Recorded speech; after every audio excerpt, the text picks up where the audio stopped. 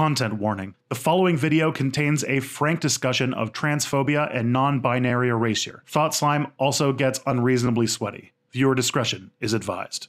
Hi, I'm the Slime Goblin. Today we're going to talk about cartoons again. I know we just did a video about cartoons, but I'm rip-roaring mad about cartoons again, so here we go.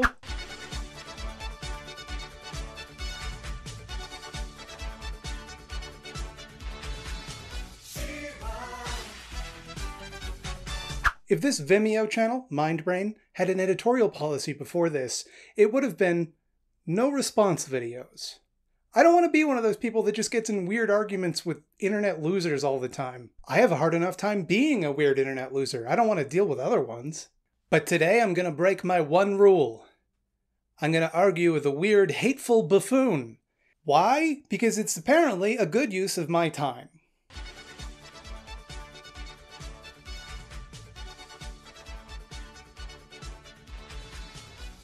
The Quartering is a YouTube channel on youtube.com. When he's not defending white nationalists from crimes that they pled guilty to in court, he's, and I quote, talking about issues many of us care about in the gaming industry, comics, and the world at large. What type of things do people care about in the world at large? Well, evidently, it's She-Ra's tits. Quartering is very mad that She-Ra, a toy mascot from the 80s, is being rebooted by Netflix, and her new design is not, in his view, sufficiently feminine. The first video is called, and I'm not even exaggerating, this isn't a joke I made to make fun of him, "The Fall of Beauty." Beauty no longer exists in the world because they changed the design of a cartoon character. Over the weekend, there's a bit of a hubbub about the She-Ra reboot on Netflix. She-Ra, if you don't know, is He-Man's twin sister. He-Man was my jam when I was young, and She-Ra obviously not really, other than, my sister, likes She-Ra. He makes sure to get that out of the way at the beginning because he doesn't want you to think that he cares about a girl cartoon. He's not a girl, he's a boy with a wiener. He then moves on to a montage of She-Ra pictures, which he refers to as the original beauty from the 80s. Apparently oblivious to the fact that one of his examples is actually the cover to a comic book released in 2014, with a significant redesign to the character. And another one is a little toy that they released last year, with also a lot of liberties taken with the design.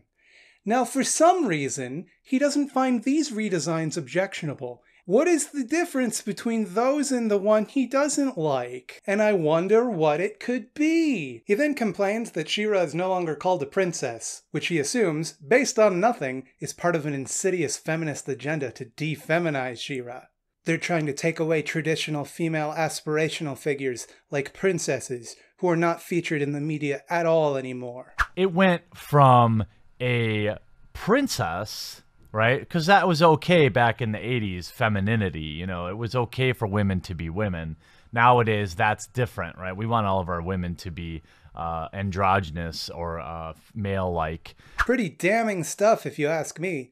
Except that the new cartoon is literally called She-Ra and the Princesses of Power, implying that there are, if anything, more princesses in this version of the show. Why am I so fucking sweaty? Now I understand that that's a little quibble of a detail. Who has time to notice the title of the show that you're criticizing when it's printed in front of you in two places while you're talking? Then he complains that She-Ra is an orphan now. Notice now all of a sudden she's an orphan. Why? Who knows? Actually, Quartering, I do know why. I know why. It's because she always was. She was in the first cartoon, too. She was kidnapped by Hordak. That's the inciting incident of her whole story.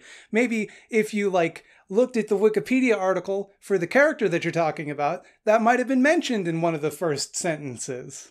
His whole argument about She-Ra's backstory being defeminized is just made up whole cloth based on the assumption that the word princess had been removed from the show, which is demonstrably wrong. He claims that you can tell that the show is trying to manipulate kids by taking a strong, aspirational, empowering female character and turning her into, in his words, an androgynous male lesbian. Who is responsible for this horrible crime that is apparently a thing we're supposed to be mad about? But is it any surprise that a boyish-looking lesbian takes this and turns it into this? Are you serious? Are you going to criticize this person's appearance? Is that really what we're doing? Now, I'm not saying I think she's cute. Oh, no. Good. Cool. You managed to insult her, but sexually objectify her at the same time. That's very cool. Very cool thing to do. So first of all, how is this character at all masculine? Is it the long eyelashes? Is it the beautiful flowing hair that you conveniently cropped out of the drawing that you made? Is it the frilly skirt? Is it the fact that she has the word she in her fucking name? Secondly, how is it that a short-haired woman is too masculine to create a feminine version of She-Ra, but two men are not? Because the original creators of She-Ra, Larry DiTello and J. Michael, they're both men. Thirdly, even if we accept the idea that the new She-Ra is masculine, which, to be clear, I do not, so what? Who cares? Oh God, who cares? Why am I talking about this? How did I let this asshole trick me into talking about this?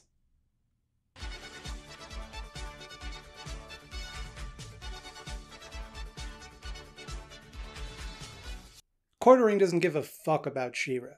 What he cares about is women being exposed to the idea that it's not their job to appear fuckable to men.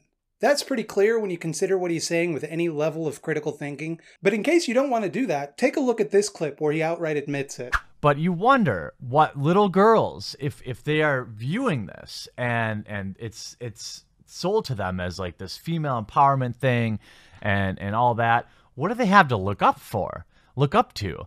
And you wonder what the young men's generation, the young men of this day are going to have to look forward to in women if these are their icons, you know. Did you catch that? Underneath all of the bluster about how She-Ra is an empowering character, what he really likes about her is that she teaches little girls that it's important for them to look beautiful. He wants little girls to grow up with the idea that it's their job to be attractive to men. Anything which contradicts that narrative is subversive and dangerous to him. Now, if he made a video saying that, saying, hey, ladies, look pretty for dudes, most people will go, shut up, dickhead, you go away. Reactionary dump lords have gotten really good about pretending to be talking about one thing while actually talking about something else. You might have heard this referred to as dog whistling, an analogy I don't understand because dogs don't have lips and cannot whistle. Regardless, the tactic still works, for two reasons. Reason number one, you can hijack a conversation people are already having. Are people excited about a new cartoon or Star Wars or video game? You can go in there and you can talk to them and make it look like your fringe political views are actually just a discussion about the things they already like. It is difficult to address a group of strangers and talk about how women today are too uppity because they want to decide how they get to dress and behave. People don't really want to hear that because it's a shitty opinion to hold. Hey, you know what people do like talking about? Weird pop culture stuff from their childhood. People are passionate about weird garbage from their childhood. You can disguise your talking points as concern for the way that the franchise is headed. It's no skin off my nose if women want to act more masculine. That doesn't hurt me at all, and you're not going to be able to convince me that it does. But if you can convince me that they're taking something away from me, even if it's something frivolous like a cartoon, suddenly there are consequences for me personally. Because for better or worse, people are passionate about media properties, and sometimes that passion gives them a kind of false sense of ownership over those properties. It's easy to make them think that it's been taken from them in service of some nefarious feminist agenda. Suddenly, they're mad at feminists. Hey, feminists, give me my cartoon back. I wanted to watch that cartoon. I like it. The second reason that it works is it means you never really have to defend your opinion because you don't have to say your opinion out loud. Say, for example, that I wanted to talk about how authoritarianism is bad, and if there was media that glorified it, that would be a problem. One of the things I might do is I might make a video about, is Batman an authoritarian? And I wouldn't discuss whether or not authoritarianism was bad.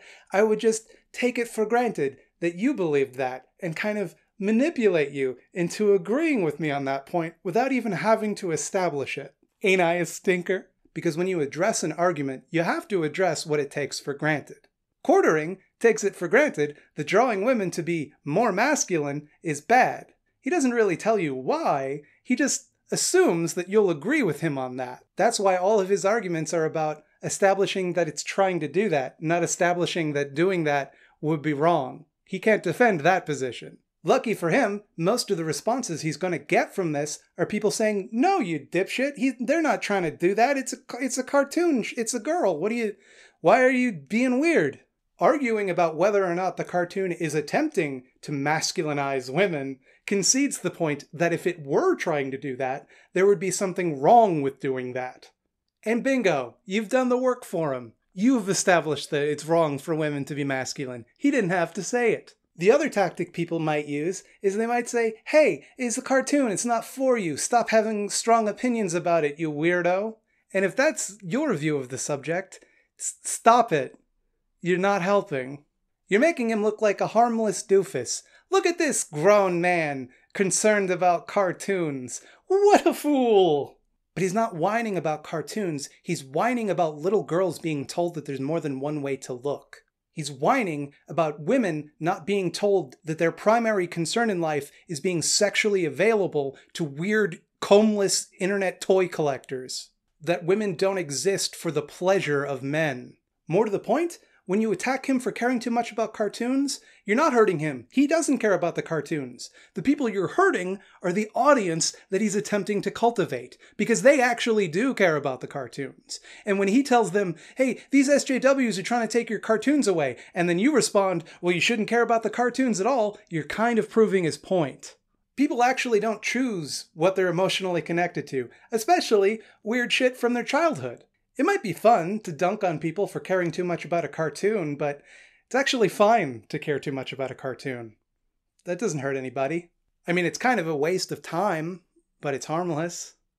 What is most certainly not fine is parlaying that excitement, that passion for a cartoon, into convincing people to be more bigoted. This was never about She-Ra. This was never about Star Wars or ethics in video games journalism or whatever the issue du jour was.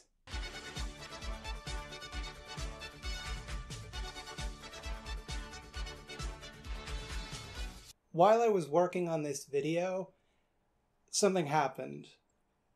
Quartering got assaulted in a bar. He says that somebody walked up to him and punched him in the back, and he might have been concussed. When he talks about it, he talks about this feeling that he has to look over his shoulder, like he's not safe, like people aren't looking out for him. And that sucks. Genuinely. I mean, dude, I don't like you, but you shouldn't have to go through that. I know what that's like. You know, when I was a kid, I used to love She-Ra. I liked She-Ra more than He-Man. I used to watch the cartoon every day. I would rush home from school. I would watch She-Ra. That was great, but couldn't tell the other kids at school. They wouldn't understand. They'd bully me. They'd pick on me. I had to keep it inside. Then I got a bit older, and I really liked Sailor Moon. I was like 10 or 11. I used to draw little comics with all the characters, and I would draw this version of myself that was a Sailor Scout, Sailor Earth, and he would wear little shorts, because, you know, obviously I wasn't going to wear a skirt. Kind of like the new She-Ra has little shorts. Obviously I couldn't tell anybody about that stuff. They wouldn't get that. They would have beaten me up. Then I got a bit older than that, and I liked all sorts of girly stuff. I loved Powerpuff Girls, the Spice Girls. I loved Daria. I loved Buffy the Vampire Slayer. And I just got this sense that I didn't like the normal things. I wasn't like the other guys. Then I got a bit older than that. And I realized I really liked to wear makeup and dress in women's clothing. And when I was really honest with myself, when I really looked deep inside, I wasn't sure if I was a man or a woman or both. I don't exactly expect you to sympathize with that. I don't even expect you to really believe me. Maybe you think I'm crazy or looking for attention or chasing a trend or just a pervert who likes dressing like a woman. Maybe. I don't know. I can't prove you wrong. I don't even know for certain that you are wrong. Maybe that's true. I can't prove it. I can't hook myself up to a machine that measures my feelings and decides whether or not they're the right feelings, whether or not I've earned them. But it doesn't matter why I feel the way that I do. What matters is that I feel this way, and I get to decide how to act on it, nobody else. It doesn't affect you, so take a deep breath. It's fine. Shit for brains gender morons like to talk about gender as though it's a binary. You're either a man or a woman and there's nothing in between. And nothing you can do can change that. But they don't believe that. If they did, it wouldn't matter to them if men acted feminine or women acted masculine because they couldn't change anything anyway. So let them go nuts. Could perform whatever gender they want. At the end of the day, they're going to be the same thing. What they mean when they say that is if they're angry enough and they're loud enough and they scare people enough, they can force gender to be a binary. They can make everybody else conform to the standards that make them comfortable. Allowing people to express themselves in ways that complicate the very simple dynamic that they've been repeating to themselves since preschool frightens them and has to be resisted at all costs. Truthfully, I've never been hurt by liking cartoons for girls. I've never been hurt by feeling kind of like a girl. I like that about myself. That's something that makes me happy inside. I have been hurt by people telling me I'm wrong to feel that way. I have been hurt by the expectation that people that don't conform to the gender that was assigned to them at birth should be mocked or bullied or abused or isolated. But I'm an adult now, and I'm comfortable with myself almost a third of the time, and I get to make my own decisions. But that pain is always going to be there. And I'm always going to be unpacking it and the way that it affected me. That might sound dramatic, but I don't know any other way to put it. And once you've experienced a feeling like that, you don't want anyone else to feel like that, especially not kids. But I know how the world works, and I know that for now, at least, kids still will feel like that. Kids who don't fit neatly into a blue box or a pink box are going to be bullied, they're going to be assaulted, they're going to be isolated, they're going to be traumatized. They're going to be made to feel like they're wrong for feeling like who they are. They're going to feel alone in a world that doesn't care about them. Not the way they're going to feel alone in a world that doesn't care about them the way that they see themselves. And a truly heartbreaking amount of them will never make it past that crucible. Trans and non-binary people have a frighteningly high suicide rate. 45% of trans and non-binary people between the ages of 18 and 24 have attempted suicide. Do you know what might help? Just a little? Role models. People that look like them, people that behave like them, that are on TV, in books, in movies, that are heroes, strong characters that thrive in their environment, that aren't victims or something we should scorn. They're normal people. And look, man, I genuinely don't think that the new She-Ra is masculine, but if there's a masculine little girl or a feminine little boy that thinks that she is and draws some strength from that and feels a little bit less scared and a little bit less alone because of that, I think that's great. I think that's something worth celebrating, and I think it's worth fighting for. It's not about pandering to SJWs or being politically correct. It's about telling stories that help people understand each other better, and it's going to save lives. And it doesn't change anything. I didn't feel feminine because I watched feminine cartoons. I felt feminine, and that drew me to those cartoons. And those cartoons made me feel happy, made me feel good about who I was. And I felt happy when Netflix rebooted She-Ra. And then, when a bunch of hateful doofuses turned that into something... And then when a bunch of hateful doofuses turned that into a vehicle to express disgust at people like me, it brought up a lot of feelings that I had really tried to hold back for a long time. So forgive me, but it's a little frustrating that people look at this discussion and think that it's a conversation about a cartoon, because it's not. The cartoon is a smokescreen that obscures what's actually being discussed here. These people aren't mad that a cartoon looks different. They're mad that women are being told that it's not their job to be sexually gratifying to men. They're mad that non-binary people are being shown in a positive light. They're mad because they think that people like me are out to brainwash their children. And they think if you see something like that, you have to fight it. You have to stand up and force non-binary people out of the public eye and back into the closet. That's not harmless, even if it's presented in a very frivolous way. Now, I've been out of the closet for, I don't know, like 3 minutes. But I can tell you, people like me are never going to stop existing. You can kick and scream all you like about it. You can make our lives difficult, but we'll always be here, and we always have been here. You could go to the most ludicrous extremes imaginable. You could gather all the Infinity Gems or Dragon Balls and wish that all the non-binary people didn't exist in the world, and more of us would be born tomorrow. There's nothing you can do to get rid of us. Want to know how I know that for certain? Because people like you have been trying for as long as there's been people like me, and it hasn't worked. There are still people like me out there. Granted, not as many as there should be, because we lost way too many of them, but there's still some of us. And guess what, dickheads? We're going to keep reminding you that we exist. We're going to keep making art that reflects our experiences, and there's not a goddamn thing you can do about it. I mean, come on. Don't you ever get tired of losing this fight? Don't you ever just want to be on the right side of history just once? The way I see it, there are 2 ways you can look at this going forward. You can accept that not everybody falls into the simple dynamic that you're used to, move on, realize it doesn't really affect you in any way, and it doesn't hurt you, and just be an adult about it. Or you can stay mad for the rest of your life, piss and moan like a petulant child, and die bitter in a world that's moved past you. I don't believe in telling people how to feel, so I'm going to leave that choice up to you. But I expect that you'll probably make the wrong choice, because you're a mean person with a bad heart. One last thing. If you feel like you're in crisis, if you feel like you have nowhere to turn, there are numbers you can call in the description.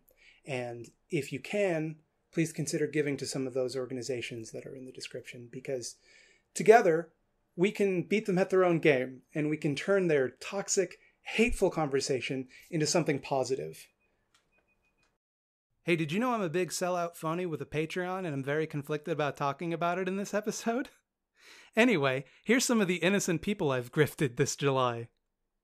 Patrick M., Pregnant Seinfeld, Mike Yocom, Ree Carter, Illusia S., Matthew, Ryan William Cox, Nina Lego, Spider Facts, Live Static, Kat Arthur, Matt Freeze, Brett Dibble, Nestor Ivanovich, Jacob A. Berkowitz, Julian Colin, Neil Zabildgard, Ian Thompson, Some Random Leftist, Michael Hollenbach, Matt Brighton, Mia Nakano, Leo, Jane, Nicole the Anarchoduck, and Chorham. But mad big-time ups to Jan Anders Bremer, Siobhan O'Leary, Morgan Clark, Chuds McKenzie, Colbean Monty, Queen Maxine, Jordan Hoxie, Dash of Week, and Aaron B. What an emotionally taxing episode to make. I'm going to have a nice relaxing afternoon, drink a nice cool cup of soy water, and go to my favorite website, youtube.com, and see all the nice things people are doing.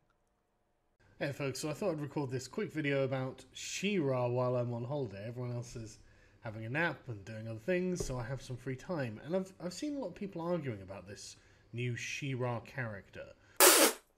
Okay, well I guess we're going to start the video over again. Hi, I'm Thought Slime. Sargon of Akkad is a little bit